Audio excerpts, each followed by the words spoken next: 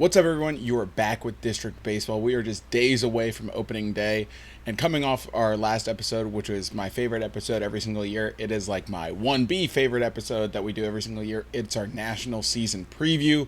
We're going to get into the nitty-gritty. We're going to talk positions. We're going to talk breakouts. We're going to talk records. We're going to give our bold predictions. It's going to be a fantastic episode on kind of our District Nationals show, kind of hybrid thing that we do. So I cannot wait as the season is upon us. But be sure to follow us on Twitter at DistrictBSB and TikTok at District Baseball. And if you're watching on YouTube, we sincerely appreciate it. And if you're not, be sure to check us out on YouTube, as well as my guy Trey has everything for you on YouTube in a nice, pleasant viewing situation. Trey, what's going on? Nick, I am just super excited for the season to get rolling here. We had the Nationals prospect game today. The big league squad took on some prospects. Didn't go so well for the prospects, but it's all about the fun of that event. Kind of building more hype for the prospects coming up. That will probably it's a come fantastic up this year. idea. Fantastic idea. Yeah, by the idea Nats. Great execution. The team destroyed the prospects, and also the prospects got super unlucky while the major league team got pretty lucky.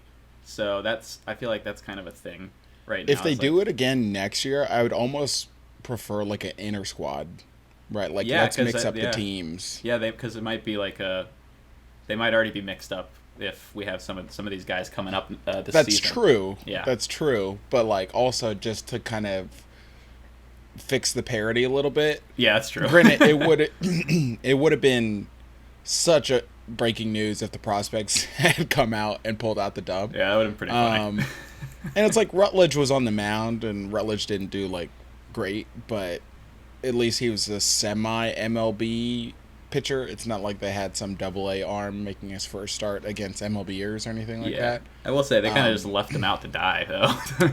Yeah, They just kept him. I know they were trying to get to a pitch count, obviously, right? But this is such a deeper conversation that we will inevitably get to at some point during the year. But the Nationals farm system severely lacks arms. Oh, They're so like genuinely.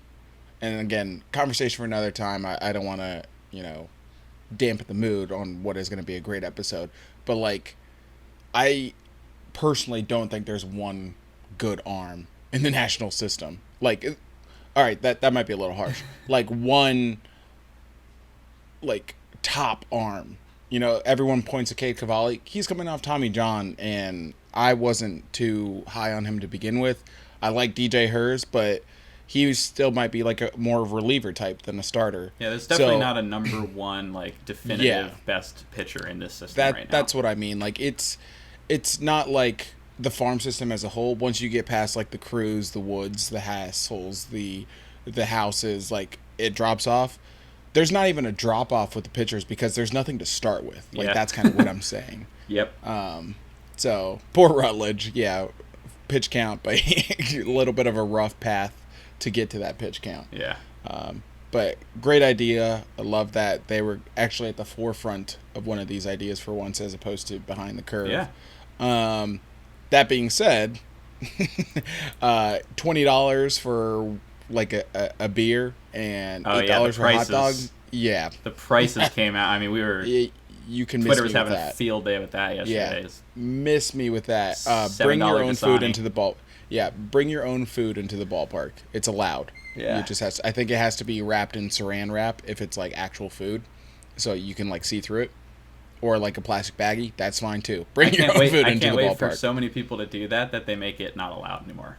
Oh, that's definitely next. Yeah, so just prepare for that. Fact it is. Yeah. All right, let's dive into this. We'll get into our tangent. preview. Yeah, exactly.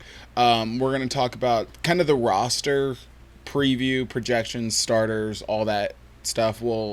Similar to our division previews that we did last week and over the last couple weeks, we'll kind of highlight one guy in each group that we want to go in a little bit more depth upon. But before we do that, the Nationals did effectively finalize their 26-man roster. They could definitely still switch out some like bullpen arms, for instance.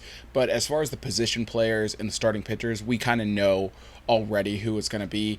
the last decision for the Nationals that they had to make was kind of to trade Lipscomb or to not trade Lipscomb. And ultimately they decided not to trade Lipscomb. And I don't think that's necessarily an indictment or a reflection on Trey Lipscomb. I think it was just he was the only one with an option, with a minor league option. So they took the kind of easier route as opposed to cutting Luis Garcia, for instance, or trying to find a trade partner, or offering Nasim Nunez back to the Marlins when they didn't really want to do that. We talked about how that might have been off air, but how Mike Rizzo really wouldn't want to swallow his pride after he just took Nasim Nunez in the Rule 5 draft. Yeah. And, Senzel and all this stuff. So I think it was just the path of least resistance. I would expect Trey Lipscomb to be in AAA. I don't know if it was announced what level he was going to yet, but I would imagine him. I think it was. I think it was AAA. Okay, cool. And it sounds like James Wood's going to be in AAA as well. Yeah. Which is good. Like those are by far, in a way, the two best prospects in spring training. They kind of earn their way into Rochester, in my opinion, and are certainly knocking on the door. So let's get into the infield. We'll start there. So no Trey Lipscomb. So if you go around the diamond, first base, and we're going to include designated hitter in this as well in the positions. So first base, you have Joey Gallo and Joey Meneses. Presumably you could have Riley Adams there. It doesn't seem like they're going to because Drew Milas was assigned to minor league camp as well. So that just kind of relegates almost Adams to that backup catcher role, which is fine. Like, he performed well in there last year, but his bat was tantalizing enough that I wish we would see a little bit more. Try to take advantage of that, but yeah. Yeah, it is what it is. Second base, Luis Garcia Jr. is still somehow hanging on by a thread, even though everyone kind of knows what's going on. Nasim Nunez will be the backup to him and CJ Abrams, who's obviously the incumbent and hopefully long-term shortstop. We'll talk extensions when the time comes, but we're all expecting a breakout year for CJ. And then third base, Nick Senzel, and Ildemaro Vargas can fill in kind of anywhere, but presumably he's going to be the backup at third base as well. With if CJ or Luis Garcia needs a day off, I would imagine it's probably going to be Nasim Nunez first, but it very well could be Ildemaro Vargas. So what do you think of the infield, and who do you want to talk about? Well, I think that this is probably the weakest position group, maybe besides starting pitching, overall. Just because it's not great. Third base is a black hole. Yeah. Second base is a huge question mark. First base is still kind of a question mark. I mean, it's more established there than the others.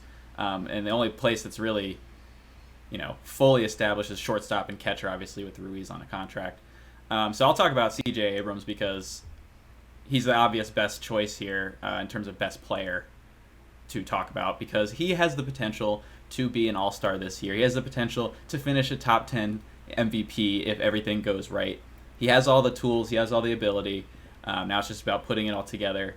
And his ability to be a power speed threat is almost unmatched in this league, especially in terms of speed, because of the way that he can steal bases so efficiently. Nick, I know that you think that he might lead the league in stolen bases, which I think is a good take.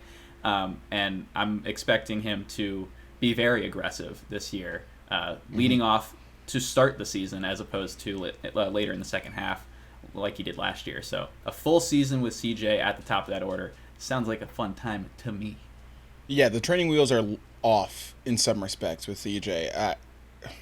Davey Martinez has this very antiquated way of thinking, like how the young guys need to earn their stripes. And to an extent, that's true. But, like, if a guy shows he's ready, like, let him go, So I'm hoping we get that from the jump, right? Because we saw what kind of that breakout would potentially look like over the course of a full season.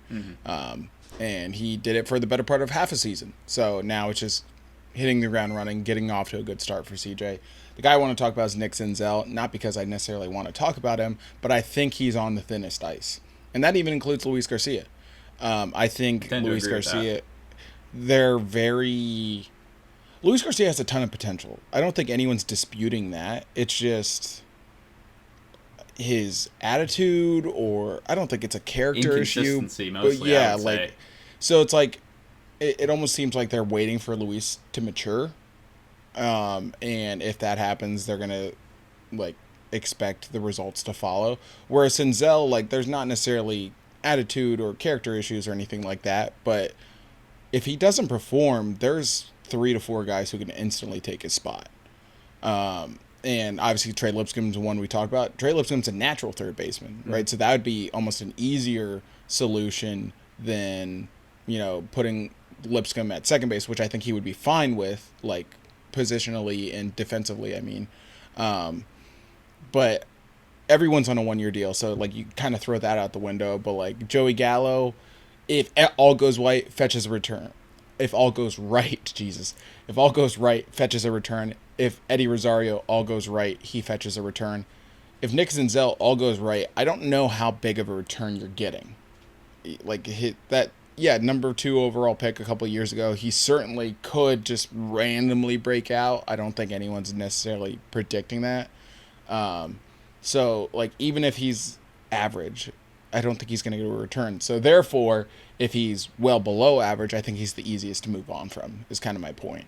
Especially with how I think they really wanted Lipscomb on the team, without any, hearing that directly from anyone within the organization. I think they really wanted Lipscomb on the team. So if there's an opportunity to get him on the team, I think they will take it.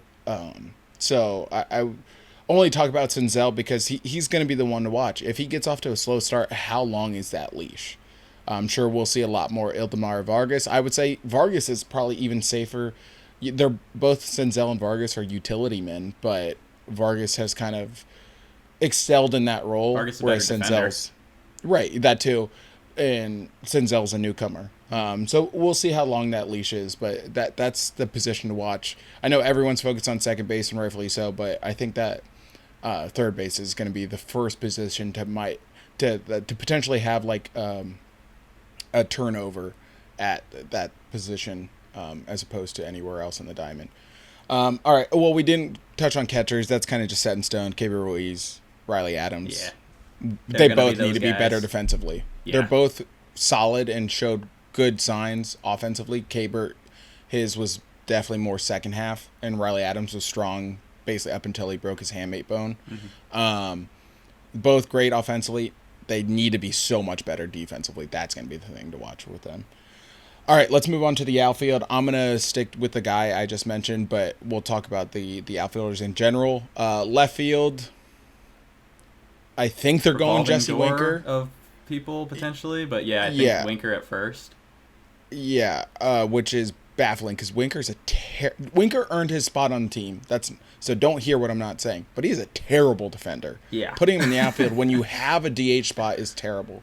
I could see it be, they might rotate him. Yeah. If they were smart, they would rotate him. They would make him play left field like as little as possible. Rotate him in the DH as much as possible. But I could see him splitting, 50-50 kind of. And especially if Garrett comes back healthy soon, then you have a little platoon option there. So I'm curious as to how they'll manage that. But yeah, I think he's going to be starting in left field at first. Yeah, so we'll see. Winker's worse than Meneses in the outfield, just to give you kind of a frame of reference. Yeah, and he was bad. He was very bad. Center field, Victor Robles still exists. They optioned both Alex Call and Jacob Young to AAA. So the sort of backup / platoon, Eddie Rosario, even though he's a fine left fielder, a well below average center fielder, and it's kind of odd for the Nationals to try to make that a thing, considering how much they've historically valued plus defense in center field. That's just kind of an odd decision, odd roster construction, to be quite frank. Mm-hmm. In the right field, it's obviously Lane Thomas. Stone Garrett, presumably going to definitely going to start the year on the injured list. It's just a matter of, is it the 10-day, is it the 60-day to clear the 40-man spot? But he'll be back at some point and presumably in that similar role he was last year, crushing lefties and whatnot. And Vargas, Gallo, I guess you could throw Meneses. They could all play outfield, but there's a lot of bodies in the outfield, so I don't know how much all of them will be playing. So, like I was saying, I'm going to talk about Eddie Rosario.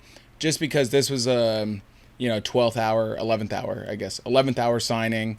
I like the signing. I have no problem with the signing. It just doesn't make sense with the other subsequent moves you made. Yeah, it's weird. Right? It's just weird, but it's like not bad, but it's weird. Right. Yeah. It was just like I have no problem with it in a vacuum, but like looking at the roster construction, it was just odds. Mm-hmm. But now that it's happened, he's on the team. He went deep today off Rutledge. I'm hoping it works out. This is a guy who performed exceptionally well in the Braves playoff run. I'm just stumbling over my words today. A couple years ago, he has, the potential to fetch you a good return, like I mentioned. So I'm rooting for him in some respect.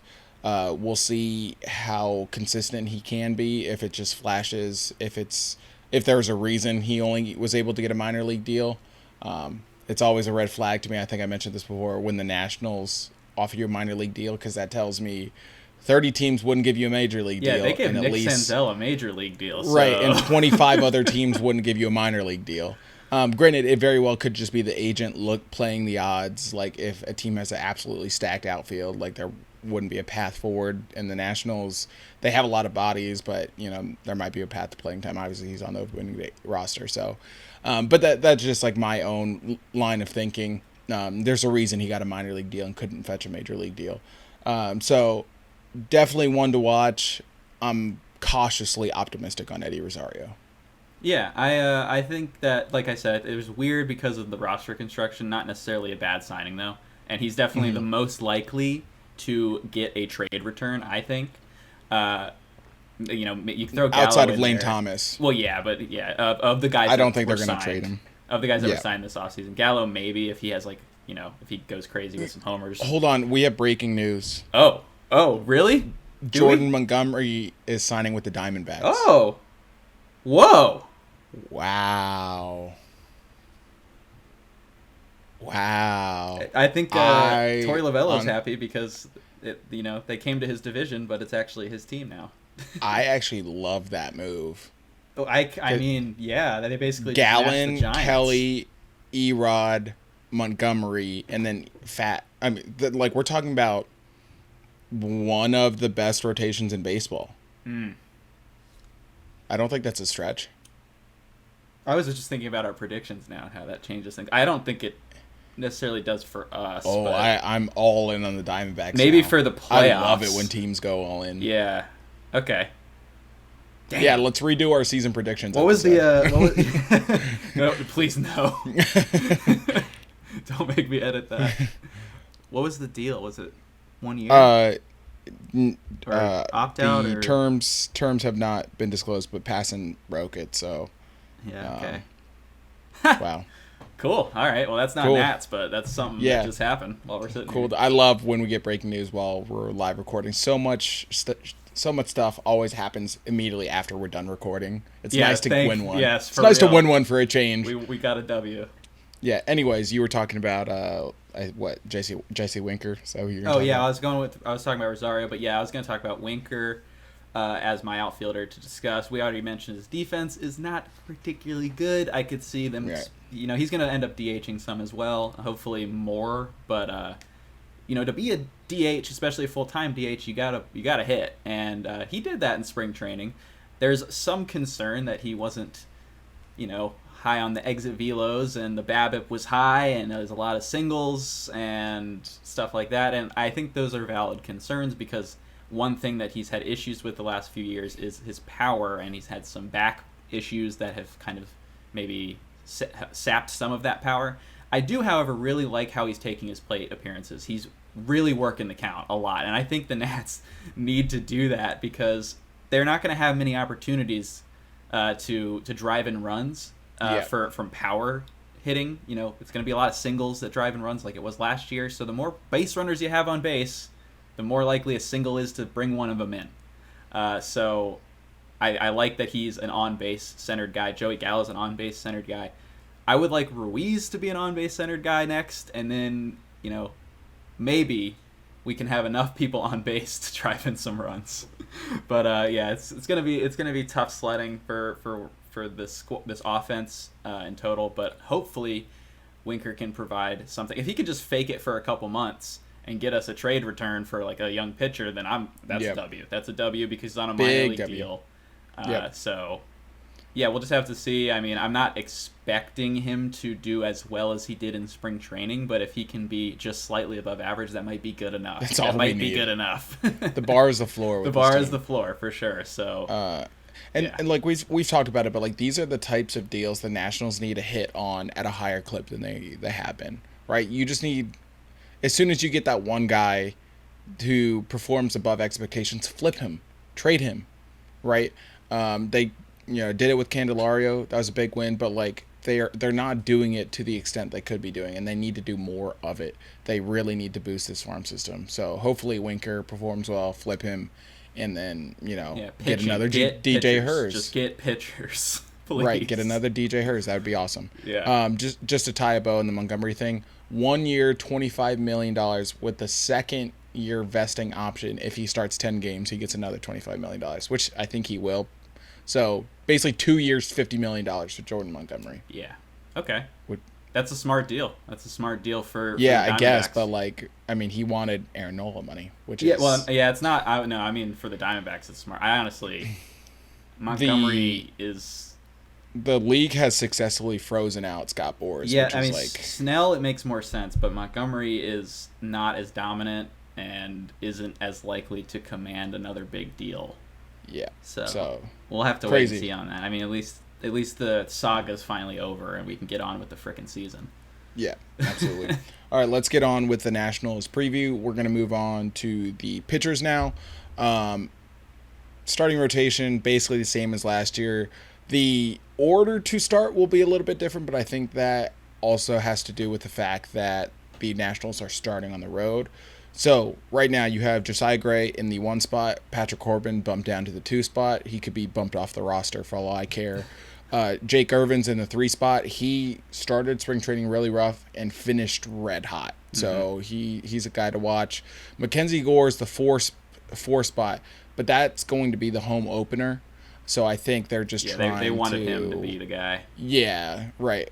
So I get why they're doing it. Yeah, I'm all for that. And then Trevor Williams, somehow, black magic, staying on the roster. He will be the 5 starter.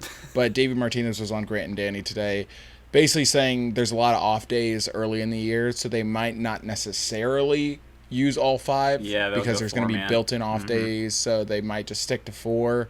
I don't think Davey intentionally phrased it this way, but it was pretty funny to hear him say. He was like, oh yeah, well, we're trying to win games, so we're going to figure out how we need to use Trevor. Like that. I'm not kidding. That's exactly how he said it. I love that. I know that's not how he meant. He did not mean it to be that blunt, but I wish that he was more often because that's true.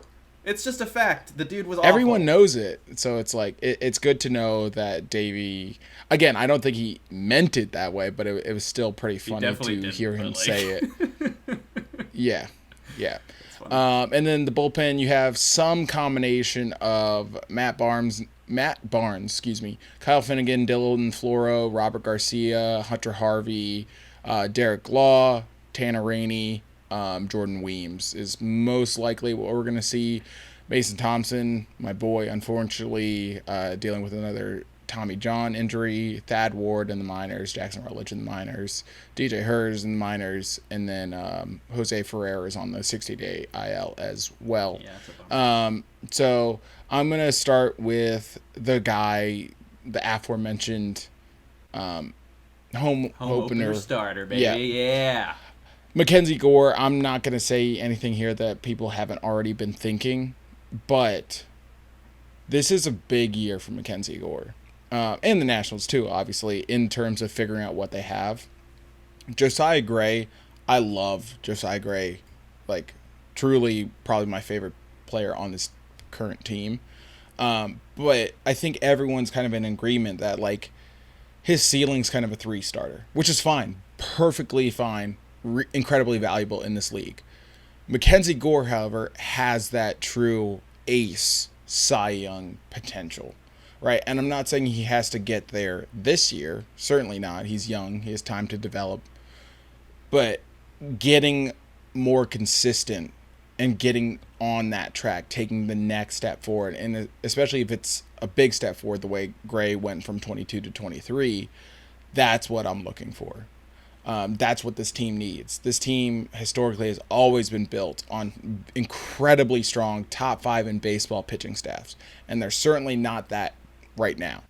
But if Mackenzie Gore can cement himself as at least one of those guys, and Josiah Gray is well on his way to cementing himself as a mainstay in the rotation, whether it's top 3, top 5, whatever, then it makes it a little bit more conceivable. Granted, the Lerner's still on the team. It makes it a little bit more conceivable to go add another frontline starting rotation guy next year, right? Whether it's a Max Fried or I don't remember who else is going to be available. Blake Snell, whoever. Potentially. Yeah, it makes it a little bit more conceivable. Like, hey, we already have one. Let's go get another. And then all of a sudden, you know, with Gray, like that's more than half of a rotation, like settled, right? And then you get the Patrick Corbin money coming off the books and whatnot. So again, it doesn't have to happen all this year, but we really need Mackenzie Gore to kind of quell some of the doubt, right? Quell some of the inconsistencies and really take that next step forward. And if he does that, I think we're set up really well because, again, I'm very high on Gray, you know, with a dose of realism, but I'm very high on Gore as well. So I'm just hoping he takes another big step forward. Yeah, I mean, it's pretty obvious. He's got all the skills necessary. It's just putting it all together for a full season. Mm-hmm. And especially, he needs to definitely up his innings. He had a lot of starts last year where he got short. Just he was throwing 30 pitches an inning. I mean, you can't get away with that. And honestly, he's done a lot, it looks like, to simplify his mechanics over the offseason. He's a lot calmer on his delivery than he was previously. And I think it's so far, and at least in spring, it helped his command. He didn't walk nearly as many batters.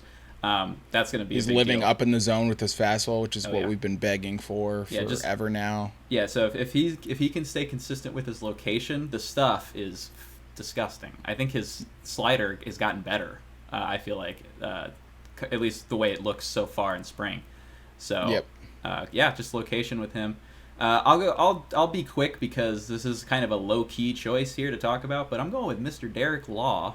I need to stop saying Mr. before I talk about my guys. I noticed I was doing that the other day, and I was like, stop it. But okay, so Derek Law was a minor league signing, and I was surprised that he didn't have any MLB. I mean, he hasn't been great, but he's been like a guy that has been reliable with a solid run prevention, and he can throw multiple innings. He's got solid stuff, and he had an amazing spring in West Palm, and made the roster. And I think that he's a great middle of that bullpen guy. You know, 6th, 7th inning, maybe a multi-inning guy that can go out and you know, kind of when you have a start where that doesn't go as well, he can kind of be the buffer in the middle of that start to get you to your setup men and your closer. So I think that he's going to be a little bit more important than people might think to this bullpen. It's nice to have depth, nice to have options. Damn right, especially in the bullpen, because that was our big deal last year. Right. Yeah, and we keep saying it, but it's just hilarious that the best Nationals bullpen happens during a rebuild instead of when we're actually trying to compete. But it's nice to have options. Obviously, injuries creep up. We are already dealing with some injuries with Ferrer and Thompson, and you know, Brixey. He hasn't made his debut yet, but he's coming off an injury. They're being very slow with him. Certainly nice to have options. All right, we're going to talk about the prospects here. So we're also going to skip over the obvious ones: Dylan Cruz, James Wood, Brady House, Cade Cavalli. We all expect them to kind of be up with the Nationals, if not this year, early next year, right? So we're not really, you know, saying anything anyone doesn't already know. So we're going to try to dig a little deeper, see if there's another Jacob Young, right? A guy that can contribute in an unexpected capacity this year or, you know, in the near future. So I'm going to kick it off with Yoandy Morales. This was the second round draft pick last year after Dylan Cruz out of the University of Miami. And he was touted as having 40 home run potential. And if you look at some of his highlights from his playing time with the Hurricanes, you can see why. Dude just mashes. But then he goes to, I believe he started out with Fredericksburg, Low A Fredericksburg, and the dude was raking, but he wasn't hitting home runs. He didn't have a single home run, but his OPS was still over 1,000. So it's like it's almost impressive that he was able to sustain such high production without his kind of best weapon, it being the long ball. Then earns a promotion to Harrisburg, and that's presumably where he's going to start this year. So all that being said, obviously his bat is the key thing. He's a solid third baseman. I don't think he's better defensively than House or Lipscomb. Certainly not Lipscomb, but I don't think he's going to beat out House for third base. But the Nationals basically officially moved him to first base this year, which has kind of been the talk within drafts and farm system and potential trades. It's like, we don't have a first baseman of the future in the farm system. Like, there's no risk of blocking anyone at the major league level at first base because we don't have anyone in the minor leagues who can play first base. So they're officially switching Morales to first base, which I like. I think he can play there. He's a 6'4" frame, big dude. Athletic, can move. Not that you need like a super crazy athlete to play first base, but it's nice to have one regardless. So it'll be interesting to see how he takes to playing first base. Presumably he's going to play plenty more of that in the minor leagues as he develops. And if that power comes back, this is a guy who could skip AAA, in my opinion. If he proves that he can play first base and he can mash, right? And let's say Gallo gets traded or cut, Meneses doesn't perform, and he's already not the best first baseman. All of a sudden, there's a massive hole there. I don't think they want to go down the kind of Travis Blankenhorn route where it's just like, hey, a guy's raking at AAA, let's give him a shot. But AAA pitching is way worse than I think people realize. So I think Morales is one to watch as a guy who could rise quickly through the ranks. Yeah, I mean, I love the decision to move him to first base because of House is the guy. They've basically said, Brady, you are going to play third base for this team. Yep. So you might as well move some other guys around. They did it with T.J. White as well, who had a homer. He struggled. He struggled last year, but he struggled last year. Yeah, he had a homer in that Futures game though. That was pretty interesting. Off of our favorite Mr. Trevor Williams. So I just did it again. Whatever. So yeah, I love that pick, Yo-Yo. Mr. Trevor Williams. He doesn't deserve it. I'll talk about a pitcher because we were saying that there's basically no pitching in this farm system, and that's pretty much true. But there are a couple guys that are at least intriguing. I'll talk about Cole Henry. Cole Henry is kind of unfortunate because he was a dude I was super excited about in 2021, and the injury bug has just basically devastated him. He's had bad luck, and real bad luck. Yeah, so he had thoracic outlet syndrome at a young age, which is a bummer injury, but when you're young, it's easier to come back from. And he looks healthy so far since his return. He pitched in the Futures game against the Mets and was dominant. I mean, he went 3 up, 3 down with a fastball that was ripping, and I was pretty impressed by that. I know that's a 1-game sample. But if he can just be healthy and stay on the field, I feel like he'll probably make an appearance this year in the big leagues, and that would be huge because, like we've been saying, there is no depth pitching wise in this farm. So anything you can find is going to be useful, and the stuff is definitely there with him. It's just health, basically. Yep. Yeah. Can he stay healthy? Certainly incredibly high upside, which is kind of the shots you want to take with pitching prospects. Just high upside arms that can contribute at a high level if they stay healthy and you develop them, obviously. All right, let's shift gears a little bit. We're going to get into the kind of predictions part of the show. Same format as last time. We're going to go Cy Young, MVP, breakout, regression, as opposed to manager of the year and rookie of the year. And then we'll give their prediction for the record for the team this year, and then end it with the 3 bold predictions like we did before. So let's just start at the top this time. We're going to go team MVP. Trey, who's your MVP this year for the Nationals? It's boring, it's obvious, but it's C.J. Abrams. I'm anticipating that he will have a solid bat, 120, 125 OPS plus, 20 homers, 25 homers would be nice, but the real thing is going to be, I feel like he's going to have a defensive improvement, and the stolen base is obviously a huge threat with him. he could steal 80. He could do that if they let him go. I think that they will, because they saw how successful it made them in the second half last year to have CJ up there and just causing chaos. Absolutely. It's not only does it help get your guy into scoring position, but now you got pitchers looking over their shoulder like, this guy's going to run, I got to pay attention to him. All of a sudden they're throwing cookies to the next batter.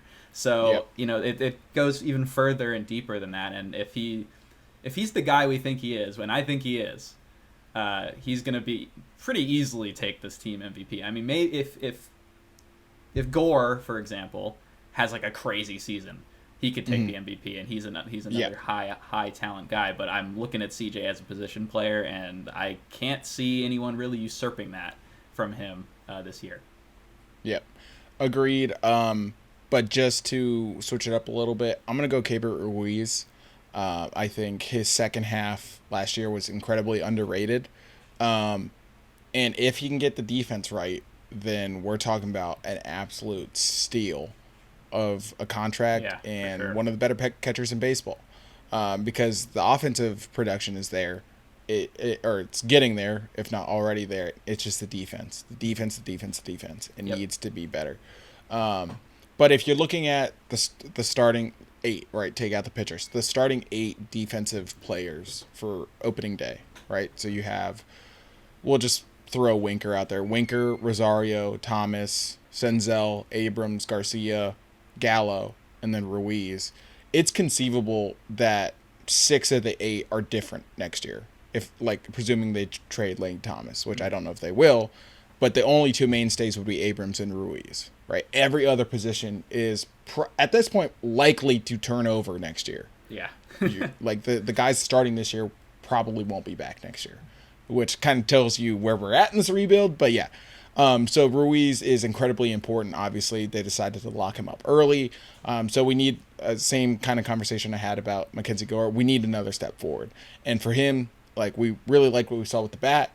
It needs to be defense. I hate being a dead horse, but like, he was bad defensively. There's no real sugarcoating it. Yeah. Also, Riley Adams, seeing him hit, like, it doesn't surprise me, but he's 6'4". He's too big to be a catcher. Move him to first base. He's too big to be a catcher. I don't know why it's taken them this long. Just move him to first base. He's not good. It's not like he's a good defender either. He's not. Yeah, move him to first base.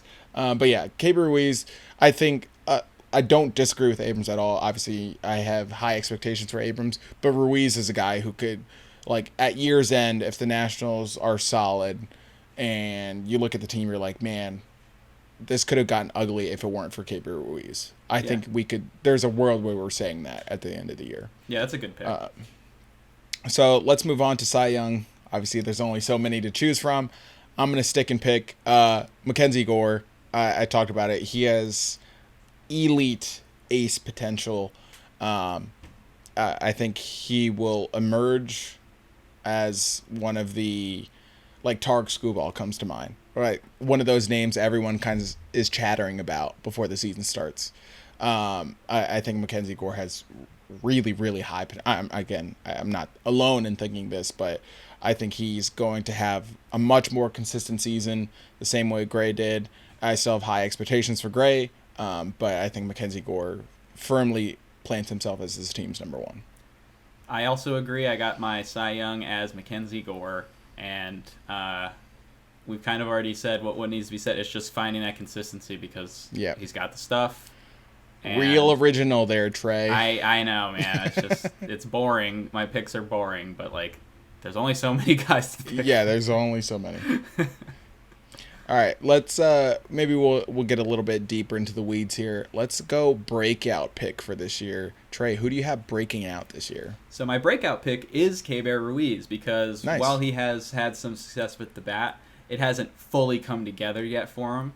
There's still a way higher upside with his bat, I think.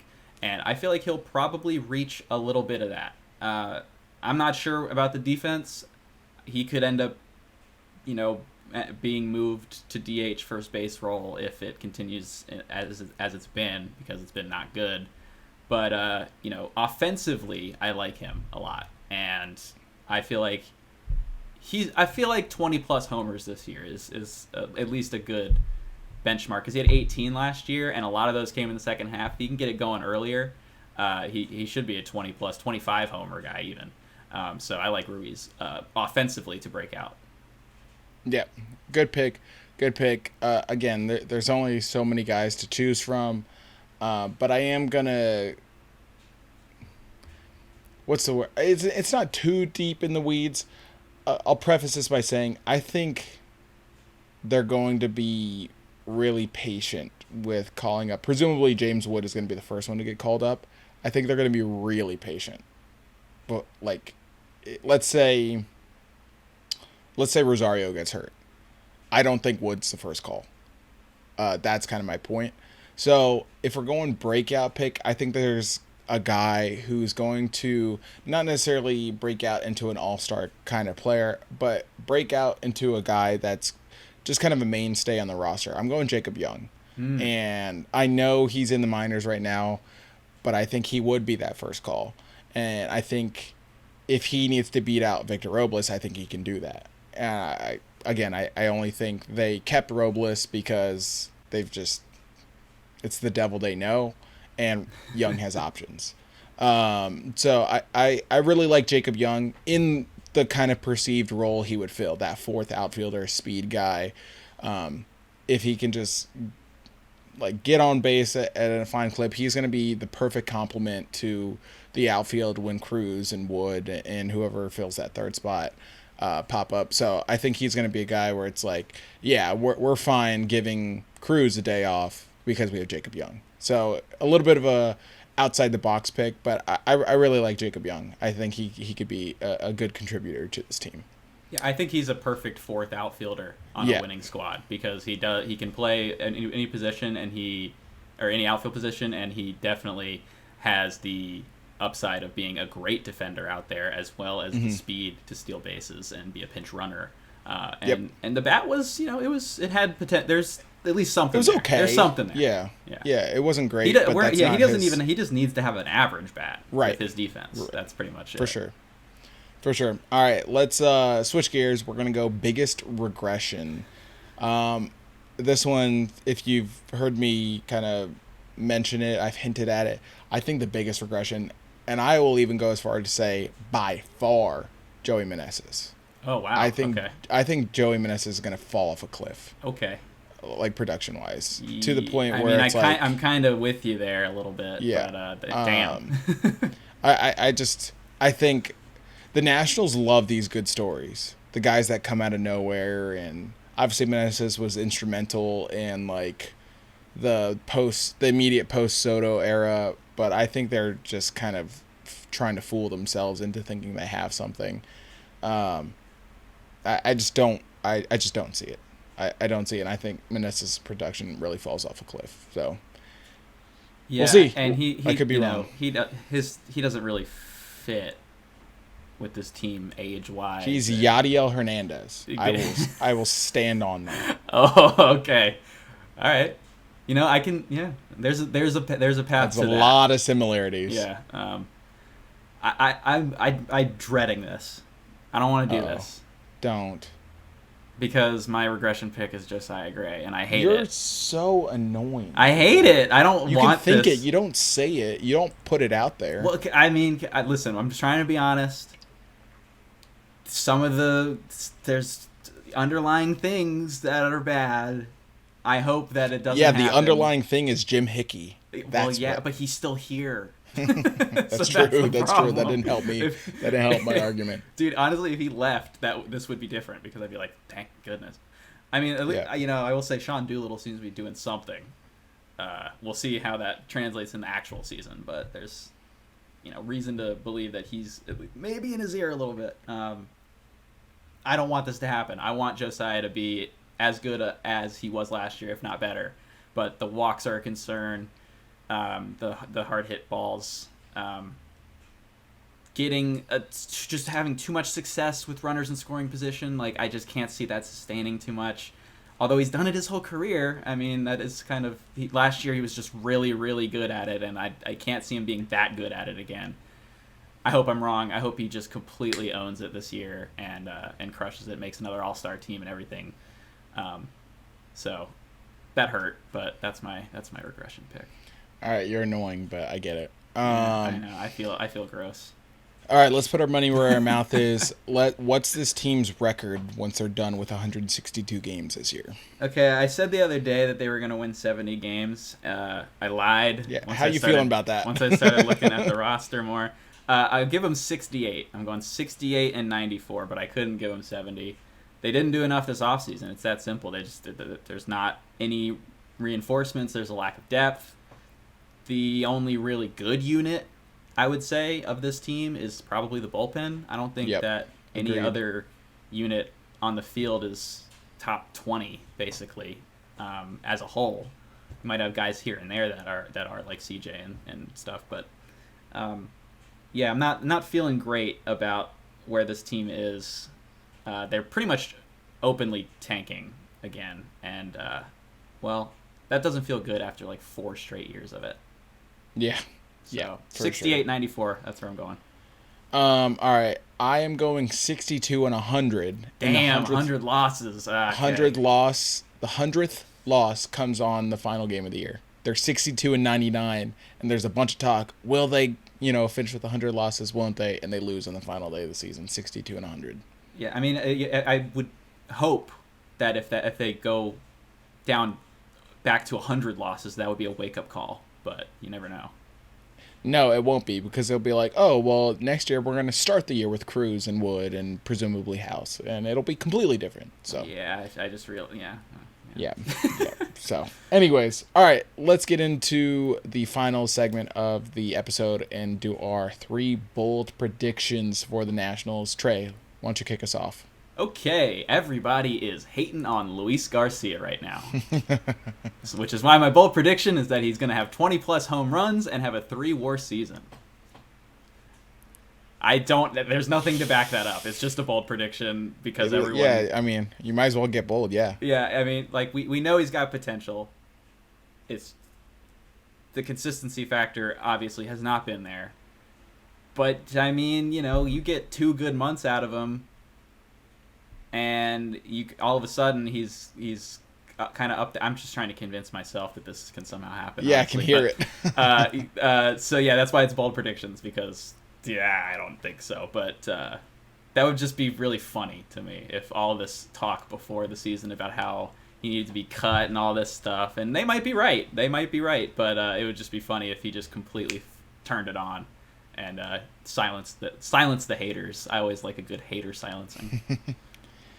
I like it. I'm going to piggyback off last episode. If you had listened, which you should have, because it's the best episode every single year, you understood who my Rookie of the Year pick was, and I'm going to double down. I think James Wood wins Rookie of the Year. He's going to get called up at some point sooner rather than later. Again, I don't think he's the first call, but, let's say Winker goes down or Gallo goes down, then they really need a left-handed power bat.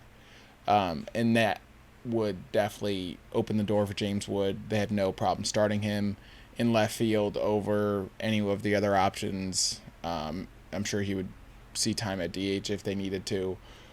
So James Wood, Rookie of the Year, I'm standing on that. I might be a year early, but I don't care. I think this dude is the real deal. And we kind of saw that in spring training. So James Wood, Rookie of the Year for me. Yeah, I mean, it's just dependent on the amount of at-bats, that he gets, because... I think if it's early June, it's just enough. Yeah, I agree with that. Just enough. That puts him at least to where he could win it. Yeah. All right, so I'll go with my second one, which is Lane Thomas related. And it's about Mr. Lane Thomas being traded. Now, that's not necessarily that hot of a take on its own. Because I feel like a lot of people have been talking about that for a couple seasons at this point. So I will pick the team he gets traded to. And Ooh. I think it's going to be the Seattle Mariners. I was going to say, I knew it was going to be the Mariners. Because, come halfway through the season, the Mariners are probably going to be sitting there with the best rotation in baseball and a good lineup, but not great lineup. They'll need a little bit of extra help in the power department. Lane Thomas is going to Seattle at the deadline. I like it. So I had a really, really, really bold one for my third one, but it's also trade related. So I'm just gonna do it now, Okay. and I'll come up with another bold one on the spot for my third one. My bold prediction: there is going to be a guy who's traded, but it's not going to be Lane Thomas. Okay.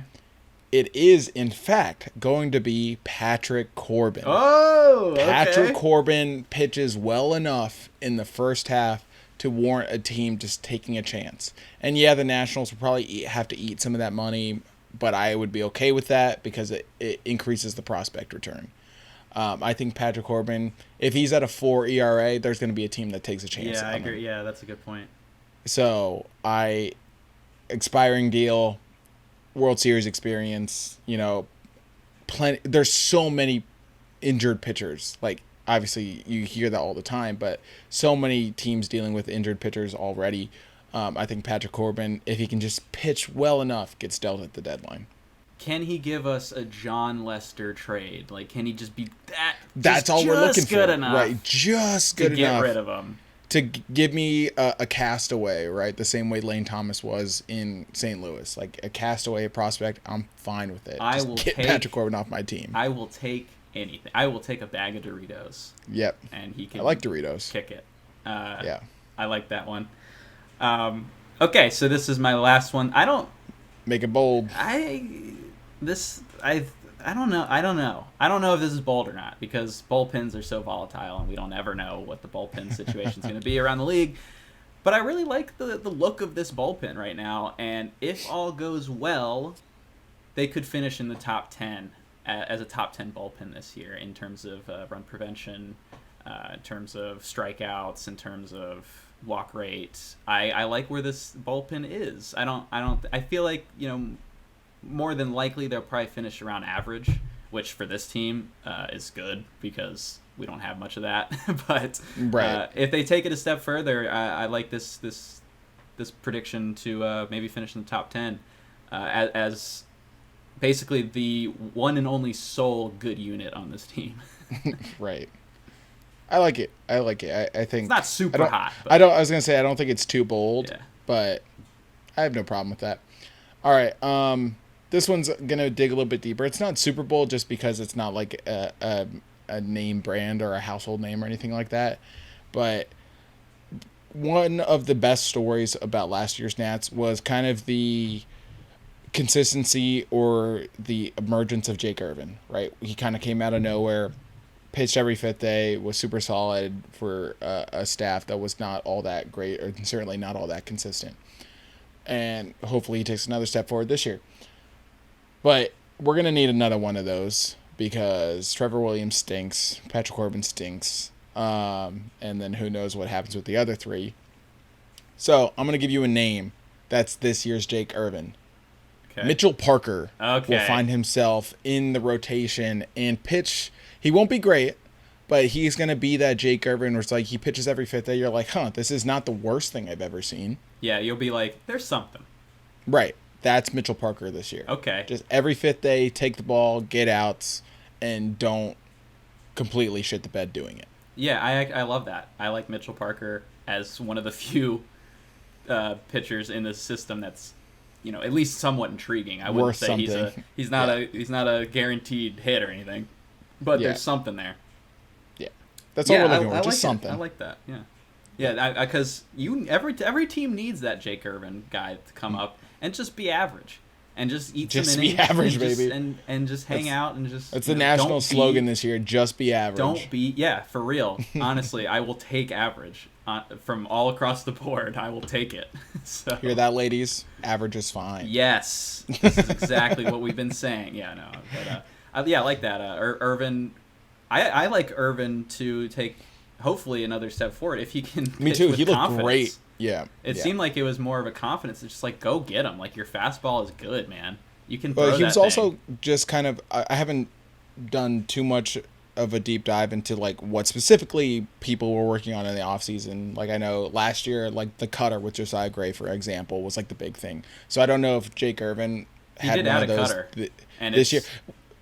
Pretty nice. Yeah, that's what I was going to say. It's like he was kind of a two-pitch pitcher last year, but I actually like his changeup. I don't know why he's not using it more. And it's also ironic that Jim Hickey is like, yeah, one of my foundations is a changeup, and like only one person on the staff throws a changeup. So we'll have to see how that. I call bullshit. Yeah, we'll have to see how that works in the regular, because I think maybe they upped the cutter usage just because of the new pitch. Mm-hmm. Maybe in the regular season, that's the changeup gets a little bit of that percentage. But I also agree, pretty nice changeup. Yeah, so like Jake Irvin, he was just kind of just doing that with 2 pitches. So if he adds a third one, that certainly makes it a little bit more conceivable that he takes another step forward. So I'm high on Jake Irvin. He easily could have been like a breakout pick. He almost was my breakout pick. So yeah, I like it. Yeah, cool. So that does it for this episode of District Baseball / We District finished Nationals. the off season. Yeah, the off season is over. Opening day is upon us. I cannot wait. Again, next week we're going to be having 2 episodes every single week. They'll be shorter than they used to be, but it'll be covering all of baseball in one episode, and then all things Nationals in then the second episode of the week.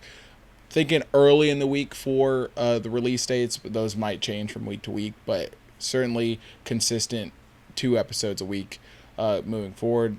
Trey, appreciate all your hard work during the off season, and obviously what's about to come with all of the editing during the season. I'm ready, man. So be sure, I'm hyped. I'm excited. Be sure to check out YouTube and follow all of Trey's great work. You can find the link in the description, or just search District Baseball on YouTube. Follow us on TikTok as well, at District Baseball, on Twitter, District BSB. You can follow Trey at Reverse 2Rs, 2 S's, and myself at The Coach Moose. We sincerely appreciate you listening. And in the meantime, just be average. Just be average.